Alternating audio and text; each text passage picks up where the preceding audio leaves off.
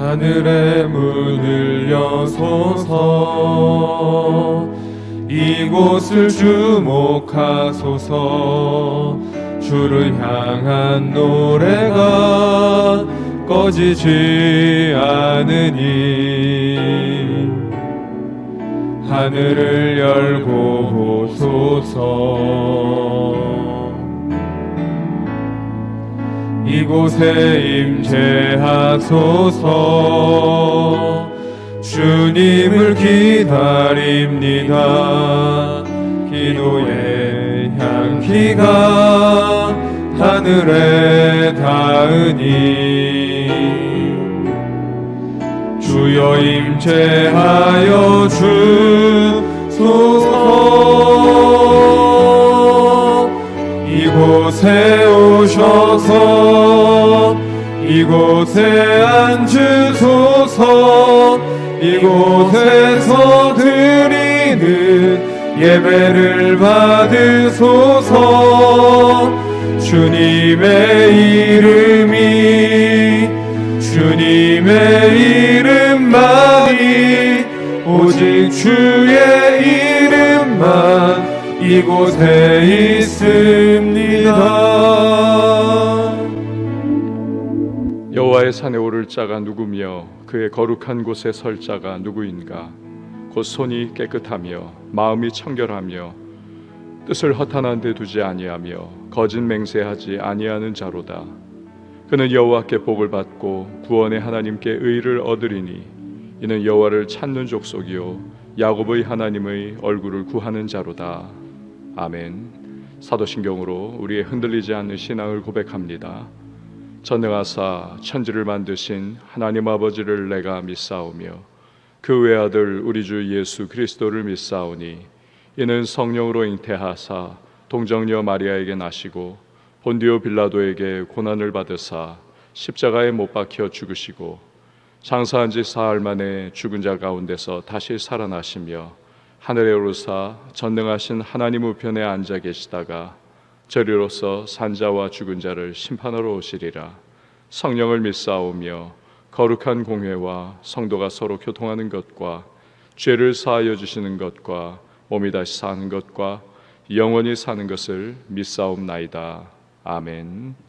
찬송가 270장 찬양하겠습니다.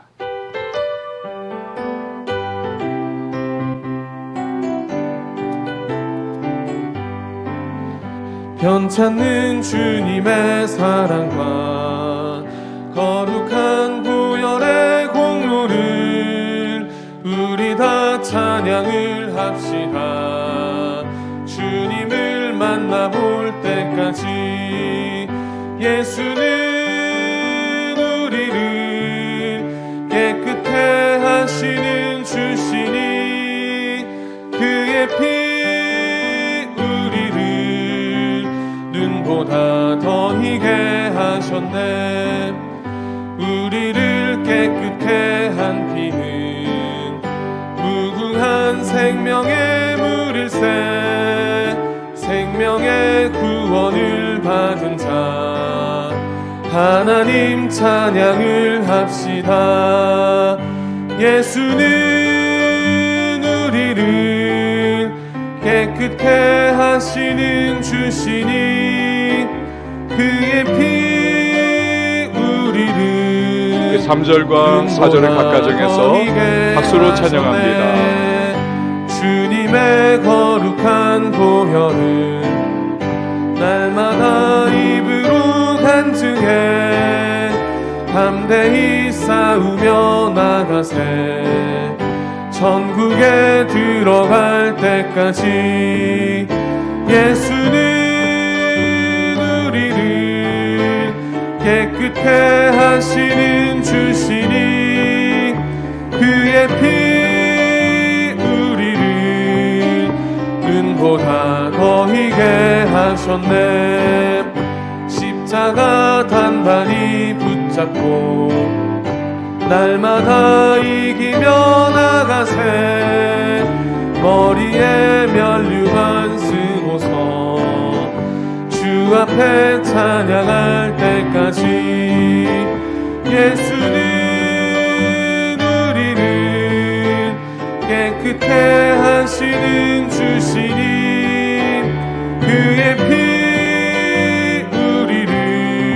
4절 한 번 더 찬양하겠습니다. 십자가 단단히 붙잡고 십자가 단단히 붙잡고 날마다 이기며 나가세 머리에 면류관 쓰고서 주 앞에 찬양할 때까지 예수는 우리를 깨끗해 하시는 주시니 그의 피 우리를 눈보다 더 희게 하셨네.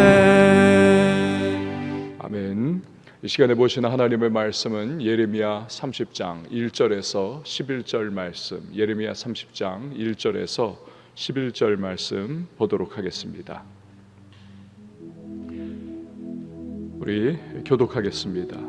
여호와께로부터 말씀이 예레미야에게 임하여 이르니라. 이스라엘의 하나님 여호와께서 이와 같이 말씀하여 이르시기를 내가 네게 일러준 모든 말을 책에 기록하라. 여호와의 말씀이니라. 보라, 내가 내 백성 이스라엘과 유다의 포로를 돌아가게 할 날이 오리니 내가 그들을 그 조상들에게 준 땅으로 돌아오게 할 것이니 그들이 그 땅을 차지하리라. 여호와께서 말씀하시니라. 여호와께서 이스라엘과 유다에 대하여 하신 말씀이 이러하니라. 여호와께서 이와 같이 말씀하시되 우리가 무서워 떠는 자의 소리를 들으니 두려움이요 평안함이 아니로다. 너희는 자식을 해산하는 남자가 있는가 물어보라. 어찌하여 모든 남자가 해산하는 여자같이 손을 자기 허리에 대고 모든 얼굴이 겁에 질려 새파래졌는가. 슬프다 그 날이여. 그와 같이 엄청난 날이 없으리라. 그날은 야곱의 환난의 때가 되미로다. 그러나 그가 환난에서 구하여냄을 얻으리로다. 만군의 여호와의 말씀이라. 그날에 내가 내 목에서 그 멍에를 꺾어버리며 내 포박을 끊으리니 다시는 이방인을 섬기지 않으리라. 그들은 그들이 하나님 여호와를 섬기며 내가 그들을 위하여 세울 그들의 왕 다윗을 섬기리라. 여호와의 말씀이니라. 그러므로 나의 종 야곱아 너는 두려워하지 말라. 이스라엘아 놀라지 말라. 내가 너를 먼 곳으로부터 구원하고 내 자손을 잡혀가 있는 땅에서 구원하리니 야곱이 돌아와서 태평과 안락을 누릴 것이며 두렵게 할 자가 없으리라. 함께요. 이는 여호와의 말씀이라. 내가 너와 함께 있어 너를 구원할 것이라. 너를 흩었던 그 모든 이방을 내가 멸망시키리라. 그럴지라도 너만은 멸망시키지 아니하리라. 그러나 내가 법에 따라 너를 징계할 것이요 결코 무죄한 자로만 여기지는 아니하리라. 아멘. 기도하시겠습니다. 드린 예물 1초 먼저 서원헌금 감사헌금 주님 앞에 봉헌합니다. 하나님 아버지, 오늘도 우리에게 새로운 하루를 허락하시고 기도 가운데에 은혜로 열 수 있도록 주여 복을 주시니 참 감사합니다. 지금 내리고 있는 새벽 비와 같이 우리의 심령에 성령의 담비가 부어지기를 원합니다. 주님의 은혜 가운데에 오늘도 이 하루를 힘있게 걸어가게 하시고 삶의 모든 여정 속에서 하나님의 은총과 우리를 향하신 선한 계획과 뜻을 발견하며 감사로 하루를 시작하며 마무리하는 오늘 우리 모든 하나님의 백성들이 되게 하여 주옵소서.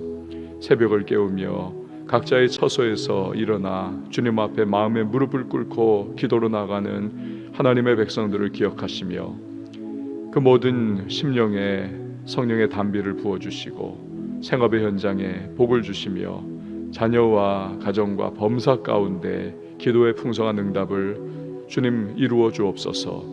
우리의 구하는 것이나 생각하는 것에 넘치는 은혜를 허락하시고 오늘도 답답한 모든 현실 가운데서 그러나 주님이 우리와 동행하시기에 감사 가운데 이 하루 승리하는 주의 백성들이 되게 하여 주시옵소서.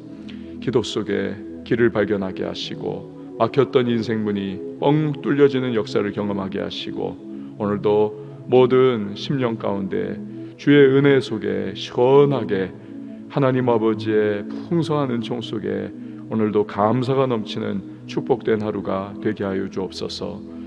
말씀 속에서 주님의 세미한 음성 듣게 하시고 말씀을 삶의 자리에서 살아낼 수 있는 하나님의 백성들이 되게 하여 주옵소서.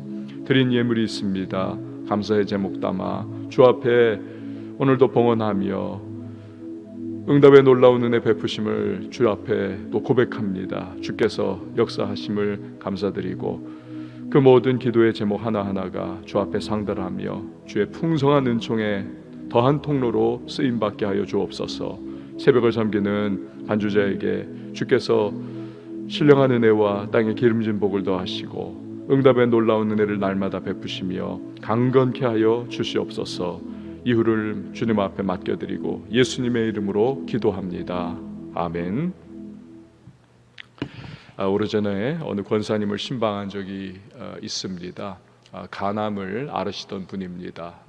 간이 완전히 망가졌기 때문에 이분은 식사를 할 때 저염식 정도가 아닙니다. 아예 무염식을 해야만 합니다. 그러니까 소금기가 전혀 들어가지 않은 그런 음식을 먹어야 하는 그러한 분. 그래서 늘 신방을 하다가 어떠시냐고 물어보면 이분은 늘 아이고 음식 맛이 정말 하나도 없어요. 밥 먹는 것이 고역이에요. 살아야 하니까 억지로 먹는 건데 정말 고문당하는 것 같아요 라고 그렇게 이야기를 늘 하시곤 하셨습니다.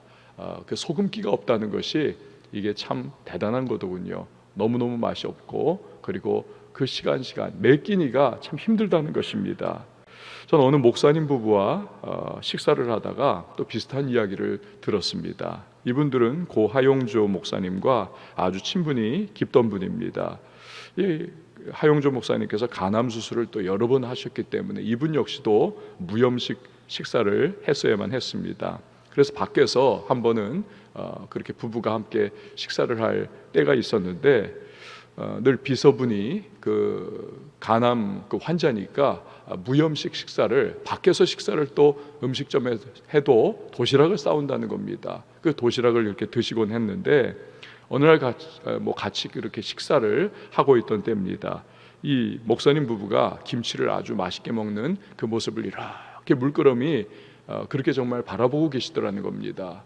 그러면서 이렇게 그 너무너무 먹고 싶어하는 그 얼굴 표정이더라는 거예요. 그러다가 결국 질문을 하더랍니다. 김치 너무 맛있지? 그렇게 묻더라는 겁니다. 여러분, 음식에 소금이 들어간다는 것, 이게 우리는 별로 늘 먹는 거니까 별것 아닌 것처럼 생각할 수 있습니다만 별것 아닌 것이 아닌 것입니다. 우리가 의식하지 못할 뿐이는 것이죠. 여러분, 우리가 기독교 신앙에 있어서 소금과 같은 것이 무엇일까 생각을 해봅니다. 은혜가 아닐까요? 하나님의 은혜가 없다면 우리의 신앙생활 그야말로 정말 암담할 겁니다. 정말 살맛이 나지가 않을 것입니다. 이른 비와 늦은 비와 같이 그렇게 베푸시는 이 하나님의 은혜가 우리와 함께 하고 있기 때문에 우리는 지금까지 신앙생활을, 이 믿음 생활을 이렇게 해올 수가 있었던 거죠. 은혜는 우리가 평소에는 별로 의식하지 않으면서 지내고는 합니다.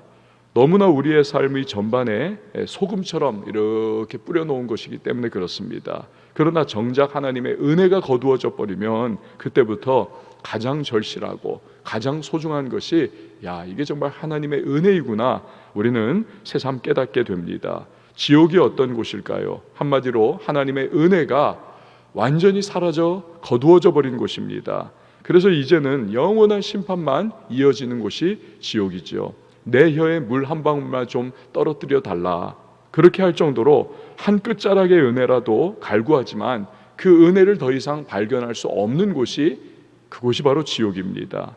오늘 본문에서 우리는 하나님께서 그 백성 이스라엘과 유다의 포로들에게 은혜를 베풀어 주시겠다는 그런 내용을 봅니다. 그 은혜는 마치 여름 가뭄에 바짝 말라버린 그 논밭에 시원한 소나기가 뿌려지는 것과 같이 너무나 복된 하나님의 선물이 될 것입니다. 그럼 어떤 은혜인지를 한번 우리 1절에서 3절 말씀을 보도록 하겠습니다. 여호와께로부터 말씀이 예레미야에게 임하여 이르시니라. 이스라엘 하나님 여호와께서 이와 같이 말씀하여 이르시기를, 내가 내게 일러준 모든 말을 책에 기록하라. 여호와의 말씀이니라. 보라, 내가 내 백성 이스라엘과 유다의 포로를 돌아가게 할 날이 오리니 내가 그들을 그 조상들에게 준 땅으로 돌아오게 할 것이니 그들이 그 땅을 차지하리라. 여호와의 말씀이니라. 아멘. 예레미야서는 연대기 순으로 쓴 것이 아닙니다. 뭐 이렇게 시간 순으로 기록된 것이 아니라는 거죠. 어떤 때는 미래에 관해서 예언을 합니다. 어떤 때는 현재 사건을 기록을 합니다. 그러다가 또 어떤 때는 과거에 있었던 시점으로 돌아가서 이 과거의 일로부터 다시 기록을 하기도 합니다. 이렇게 좀 왔다 갔다 하다 보니까 좀 헷갈리기도 해요. 오늘 본문이 바로 그렇습니다. 어제까지의 내용으로부터 다시 과거로 돌아가서 바벨론 2차 침공과 포로로 잡혀간 사건이 있은 지 얼마 되지 않은 때, 그 시점으로 다시 돌아가서 그때 있었던 일을 기록을 하는 겁니다. 자, 그런데 여기서 하나님은 많은 사람이 바벨론 땅의 포로로 잡혀간 그 상황에 그들이 다시 조상의 땅 예루살렘으로 돌아가는 날이 있을 것이라는 것을 말씀을 하고 계시는 겁니다. 그래서 그 약속의 땅을 차지하게 될 것이다, 이것을 이야기하고 계시는 겁니다. 자, 그러면 포로들이 다시 약속의 땅으로 귀환하게 되는 일이 그들 자신의 어떠한 공로나 그들 자신의 어떠한 선행이나 그들 자신의 무슨 특별한 일을 통해서 이루어지는가? 절대 그렇지 않습니다. 포로 귀환이라고 하는 것은 오로지 그 옛날 아브라함과 이삭과 야곱에게 주셨던 그 언약의 말씀, 이걸 기억하시는 하나님 때문에 그렇습니다. 즉 하나님의 은혜로서 주어지는 것입니다. 그 백성은 배신을 해도 하나님은 배신하지 않으십니다. 그 백성은 잊어버려도 하나님은 결코 잊어버리지 않으십니다. 그 백성은 우상 숭배하고 불순종해도 하나님은 그들을 결코 버리지 않으십니다. 하나님은 범죄한 이스라엘을 때로는 사람 막대기와 인생 채찍으로 때리신다 할지라도 다시 싸매주시고 회복시키시기를 기뻐하시는 분이 바로 하나님이십니다. 언약에 성실하신 하나님은 결코 포기하지 않으시는 것입니다. 그래서 받을 수 없는 자에게, 자격이 되지 못하는 자에게 하나님은 은혜를 베풀어 주시는 것입니다. 탕자는 아버지의 재산을 그렇게 청구했습니다. 고대 중군동 사회에서 그것은 결코 용납할 수도 용서할 수도 없는 범죄와 같은 행동이죠. 죽은 후에나 물려받을 수 있는 유산을 미리 청구했다. 그것은 탕자의 마음에 아버지는 내게 없는 사람이라는 것입니다. 죽은 자와 같다, 그렇게 여기는 것이죠. 탕자는 그 돈을 가지고 먼 나라에 가가지고 허랑방탕했습니다. 결국 얼마 후에 알거지가 되죠. 먹을 게 없으니까 입에 풀칠하기 위해서 유대인의 정결여법에 따라서 결코 할 수 없는 돼지치기를 합니다. 돼지가 먹는 쥐염 열매를 먹지만 얼마 후에는 기근이 극심하니까 그것마저도 먹을 수가 없습니다. 결국 아버지 집 생각하고 돌아가기로 결단을 내리죠. 그는 드디어 아버지 집으로 돌아갑니다. 탕자가 아버지 만나고 다시 아버지의 귀한 아들로 지위를 회복하고 그렇게 또한 사랑을 받는 자 된 것은, 여러분, 이 행동, 회개하고 아버지 집으로 돌아가는 것으로부터, 그 결단의 마음부터 시작이 되었던 것이죠. 하나님께서 이스라엘에게 포로 귀환의 은혜를 베푸시기 전에 이스라엘이 먼저 해야 할 일이 있습니다. 그것은 회개하는 것과 돌이키는 것입니다. 그들은 나라가 망하기 전에 자행했던 우상 숭배와 불순종을 정말 뼛속 깊이 회개하고, 이거 정말 잘못했구나, 우리가 이러한 폐역부도한 삶을 지금까지 살아왔구나, 하나님 마음을 아프게 했구나, 그 마음이 먼저 하나님 앞에 돌아가야만 하는 겁니다. 포로 생활이 필요한 이유가 바로 그것이죠.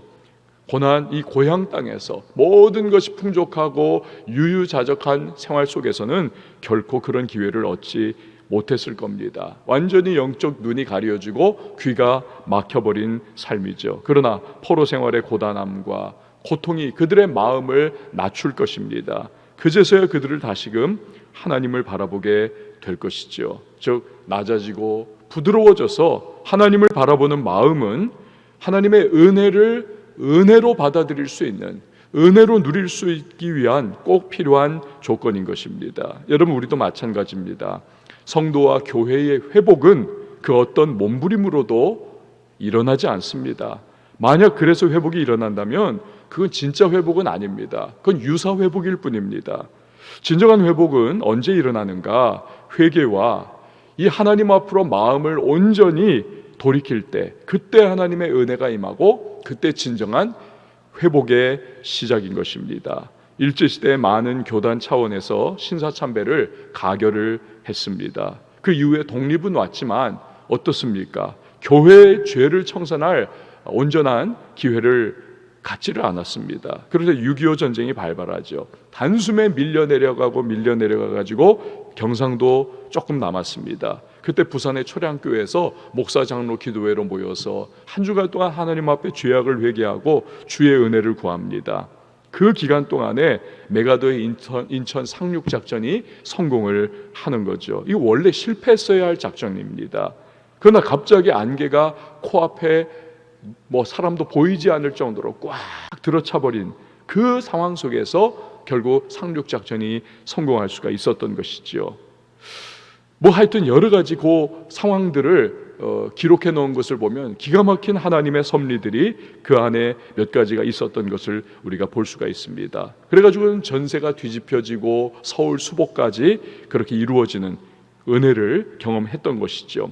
원래 처음부터 미군 참전부터가 이건 은혜였던 겁니다. 에치슨 라인에서 이 대한민국이 이게 제외됐다는 것은, 일본만 딱 포함이 됐다는 것은 우리를 포기했다는 것과 마찬가지입니다. 그러나 빌리 그레이엄 목사님이 트루만 대통령에게 전화를 넣은 거죠. 저 남한 땅에 수백만 크리스찬이, 우리가 전도하고 우리가 선교해가지고 생긴 수백만 크리스찬이 있는데 그들을 공산당에게 죽게 할 거냐 설득을 한 겁니다.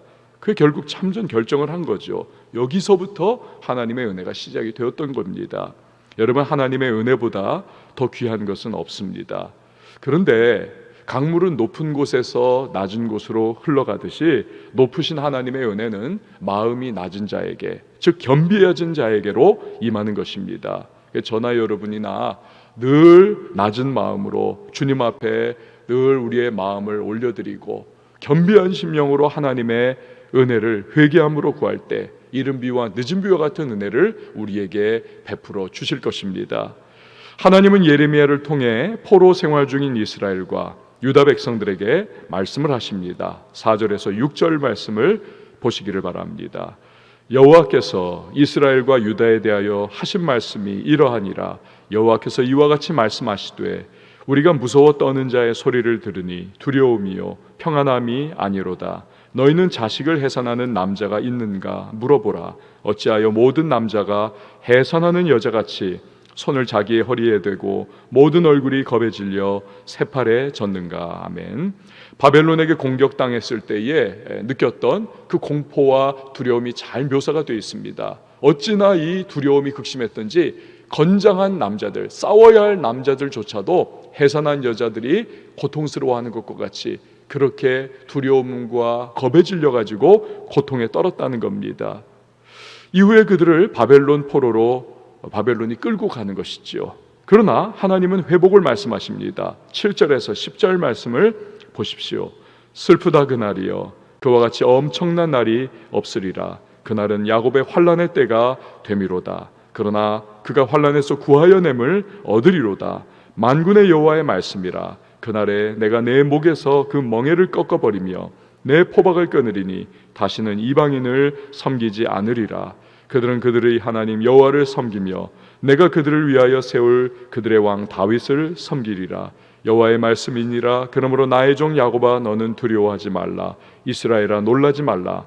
내가 너를 먼 곳으로부터 구원하고 내 자손을 잡혀가 있는 땅에서 구원하리니 야곱이 돌아와서 태평과 안락을 누릴 것이며 두렵게 할 자가 없으리라. 아멘. 포로 상태에서 돌아와 다시금 태평과 안락을 누리게 하시는 것, 이 일은 짧게는 70년 후에 바벨론이 페르시아의 고레스 왕에게 멸망당하면서 이루어질 겁니다. 완전하게는 그렇지만 영원한 왕이신 메시아 예수 그리스도가 오시면서 성취가 될 것입니다. 그렇기 때문에 하나님께서는 그들이 왕 다윗을 섬기리라. 다윗의 혈통으로 이 땅에 오시는 메시아 그리스도, 그때의 완전한 성취.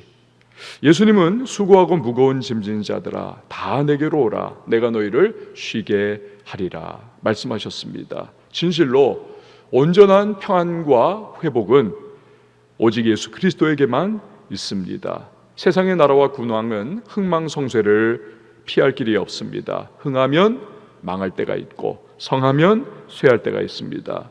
그러나 그리스도의 나라는 영원 무궁한 것입니다. 1차 포로로 바벨론에 끌려갔던 다니엘도 늙어서 나중에 환난 가운데에 세상 나라가 다 무너지지만 하나님의 나라가 영원 무궁하게 이루어질 것을 그가 환상 속에 봅니다. 다니엘 7장 13, 14절을 보니까 내가 또 밤에 환상 중에 보니 인자 같은 이가, 예수 그리스도예요, 하늘 구름을 타고 와서 옛적부터 항상 계신 이에게 나아가 그 앞으로 인도되매 그에게 권세와 영광과 나라를 주고 모든 백성과 나라들과 다른 언어를 말하는 모든 자들이 그를 섬기게 하였으니 그의 권세는 소멸되지 아니하는 영원한 권세요 그의 나라는 멸망하지 아니할 것이니라. 아멘. 예수 그리스도의 때에 완전한 회복과 평강과 안전. 마지막으로 11절 말씀을 보시기를 바랍니다. 이는 여호와의 말씀이라. 내가 너와 함께해서 너를 구원할 것이라. 너를 흩었던 모든 이방을 내가 멸망시키리라. 그럴지라도 너만은 멸망시키지 아니하리라. 그러나 내가 법에 따라 너를 징계할 것이요 결코 무죄한 자로만 여기지는 아니하리라. 아멘. 하나님은 그 백성을 반드시 지키고 보호하시고 회복을 주실 것입니다. 그러나 한 가지, 이스라엘 백성의 행했던 범죄들은 그 대가를 치룰 것입니다. 그리고 나서야 회복이 있을 겁니다. 70년 포로 생활의 고통이지요. 그동안 그들은 눈물 젖은 빵을 먹으면서 과거에 범했던 죄악들을 깨닫고 회개할 겁니다. 그리고 하나님의 은혜를 구할 것입니다. 우리도 마찬가지입니다. 하나님은 은혜를 베풀어 주시지만 죄에 대해서 반드시 그 대가를 치르게 하십니다. 그렇지만 그것은 또한 그 백성을 사랑하시는 하나님의 사랑의 다른 표현인 것입니다. 사랑하시는 자를 징계하시는 거지요. 징계함으로써 돌이켜서 진정한 회복과 축복을 누리도록 이끌어 가시는 겁니다. 야고보서의 말씀처럼 징계가 없으면 사생아인 것이지요. 그렇기 때문에 죄에 대한 징계가 있을 때 하나님의 백성과 그렇지 않은 사람, 알곡과 가라지가 구분이 되는 것입니다. 하나님의 백성은 징계 때에 회개하고 하나님 앞에 나아갑니다. 하나님이 은혜로 주시는 회복을 결국 얻을 것입니다. 반면에 심판의 백성은 끝까지 회개하지 않다가 심판으로 결국 스스로 나아가고야 맙니다. 10가지 재앙에도 돌이키지 않고 점점 더 완악해진 애굽의 왕 바로가 그와 같습니다. 사랑하는 여러분, 징계 가운데도 하나님의 사랑이 있습니다. 우리는 그런 하나님의 마음을 알아서 늘 주님 안에 거해야만 하는 것입니다. 은혜는 무엇보다도 귀합니다. 늘 우리가 은혜를 사모하고 우리가 늘 은혜를 구하면서 은혜 안에 거하는 저와 여러분이 되기를 바랍니다.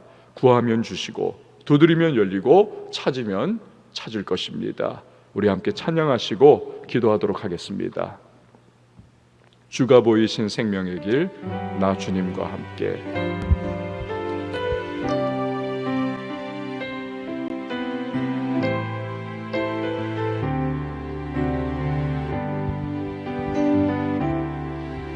주가 보이신 생명의 길, 나 주님과 함께 상한 마음을 들이며 주님 앞에 나가리. 나의 의로움이 되신 주, 그 이름 예수. 나의 길이 되신 이름 예수.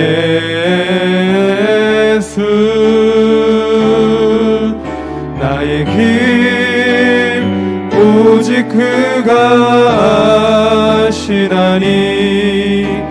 나를 단련하신 후에 내가 정금같이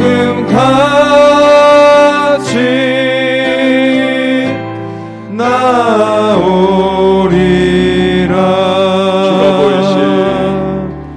주가 보이신 생명의 길, 나 주님과 함께 강한 마음을 들이며 주님 앞에 나아가리. 나의 의로움이 되신 주 그 이름 예수, 나의 길이 되신 이름 예수.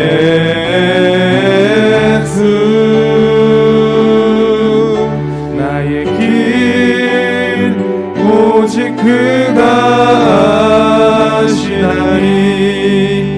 나를 단련하신 후에 내가 정금같이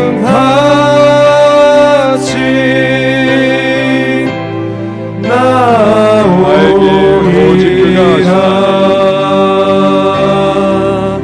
나의 길 오직 그가 아시나니. 나를 단련하신 후에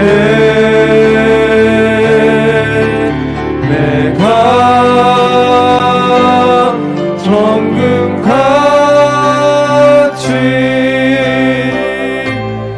나오리라.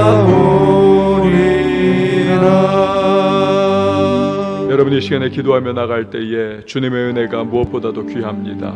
그 은혜 없이 우리는 살아갈 수 없고, 그 은혜 없이 우리는 온전히 신앙생활할 수 없습니다. 때를 따라 돕는 은혜, 이른 비와 늦은 비와 같은 그 은혜, 주님 나에게 늘 허락하시고 오늘도 필요한 은총과 은혜를 하나님 허락해 주셔서 이 하루를 넉넉히 주의 은혜에 의지하여 살아갈 수 있도록 도와달라고, 우리 가족들을 위해서도 주님의 예비하신 은혜를 부어달라고, 교회를 위해서도 또한 이 시대와 나라와 민족을 위해서도 주님의 은혜를 구하면서 불쌍히 여기시고 회복시키시고 치유하시고 주님의 그 사랑과 긍휼과 자비 가운데에 오늘도 그렇게 우리들 나아갈 수 있도록 도와달라고 기도하도록 하겠습니다. 선교사님들 위해서 기도해 주시고요, 우리 북녘 땅에 있는 동포들을 위해서도 지하교회 교인들을 주의 은혜 가운데 붙잡아 달라고 우리 기도하도록 하겠습니다. 우리 각 가정에서도 한번 두 손 높이 들고 우리 주님의 이름 한번 외치고 우리 자유하게 통성으로 기도하며 나갑니다.